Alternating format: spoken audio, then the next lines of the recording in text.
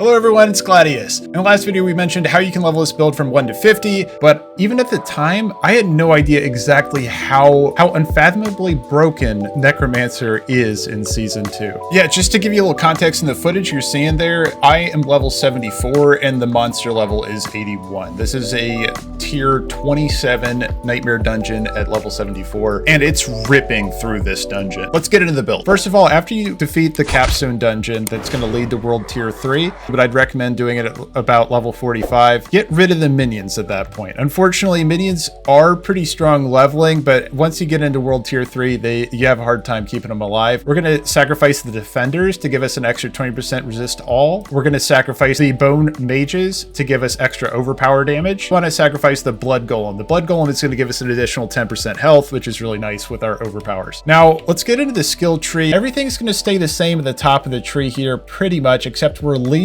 getting rid of imperfectly balanced and unliving energy. We're going to take this down and we're going to use it a little bit later. I'll show you. We're going to pick up Bone Prism here and we're going to be speccing into Ghastly Bone Prison. This is going to give us vulnerable damage inside of our burst window. So that's going to be really helpful to us. So now our damage combo is going to be Grip with Tendrils, Bone Prison around the enemies, Bloodsurge, and then everything should be dead. Next, we're getting rid of Necrotic Carapace. We're not using that anymore. Our fortification is generating just fine without it. We don't need this, especially once we get into the Paragon board, and we'll go over that in just a second. Next thing, we're going to use Stand Alone, and we're going to go with Momentum Mori. Remember, we're getting rid of our minions. It's just hard to keep them alive, so we're going to go ahead and toss them out the door, and we're going to go ahead and pick up Momentum Mori to make our sacrifices a little bit stronger. And then Stand Alone is just a flat 18% less damage that we're taking. All right, let's talk about the Paragon board. So first of all, you're going to want to get Blood Drinker. Blood Drinker is going to help fortify you, and fortification is really important. Of course, we're going to be looking at Dominate. Dominate is going to increase the amount of damage we're doing with overpower, and again, that's really important. Over here, Control. But Control is really great because it's going to increase the amount of damage we do to CC targets, and we're CCing targets all the time with our Corpse Tendrils. So Sacrificial, again, we're getting rid of our minions, so we're just going to do it flat extra damage, and then we're jumping into Territorial, where we're going to have an increased damage to close targets. And again, Bloodsurge is right next to the targets at all times. Now let's take a look at the legendary nodes that we grabbed, starting with the first one here, Bloodbath. 35% increased overpower damage. Pretty obvious, that's great for us. Next, Blood Begets Blood. Blood Orbs grant 5% increased damage up to 15% for 5 seconds. Again, self-explanatory because we're always picking these orbs up. And next, we're taking a look at Scent of Death. With at least 2 corpses nearby, you gain 15% damage reduction. For gems in your gear, you're going to put rubies.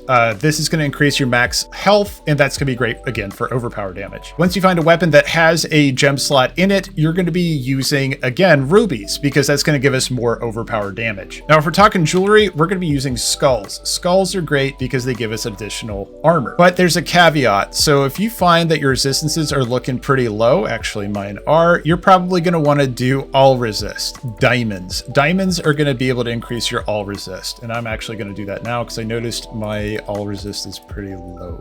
So you're going to be dropping all of the vampiric powers that are related to minions. So we're going to be running Domination for our burst windows, Undying to give us a little bit of extra tankiness. And again, this is going to scale with our percent life. Our life is huge. We're going into Sanguine Brace, which is going to help us with extra fortification. And again, this is what makes fortification so easy to maintain, which will be extra critical strike damage as well. And then Blood Boil is going to help with give us extra effects when we overpower, and we're going to be picking up these small volatile blood orbs. And then finally, Hemomancy again is scaling damage with our percent maximum life. Aspects, again, there's only 4 aspects you need while leveling, so I wouldn't waste your money and resources on putting aspects on sacred level gear. Wait to spend it on your ancestral stuff. So let's talk about the essentials. If you're leveling through sacred level content, go ahead and grab the grasping veins on your gloves. Same as before. We're going to do the blood bathed aspect on our amulet. This is going to give us an extra Bloodsurge when we cast. Aspect of the Umbral, again, every time we do our combo, we're going to be refunding a certain amount of our primary resources. And then also, we're going to use Aspect of Potent Blood. We're picking up blood orbs all the time, and we're spawning a ton of them, so we're just going to be able to refill our essence between pulls by walking between pull after pull. I'm not going to go over absolutely everything on the gear stats, but this is what we're looking for on our gear. We're looking for especially maximum life when it's a defensive piece. We're looking for overpower damage when it's an offensive piece, but you really want to prioritize anytime you see additional ranks to skills. They made those way more powerful in season 2. Again, look at the description. I think it's much better to read these. Oh, and one other thing I want to mention too, on your amulet, you're looking for Coalesced Blood passive or Tides of Blood passive. You want ranks to those on your amulet. And these are the top of the blood tree. We have Tides of Blood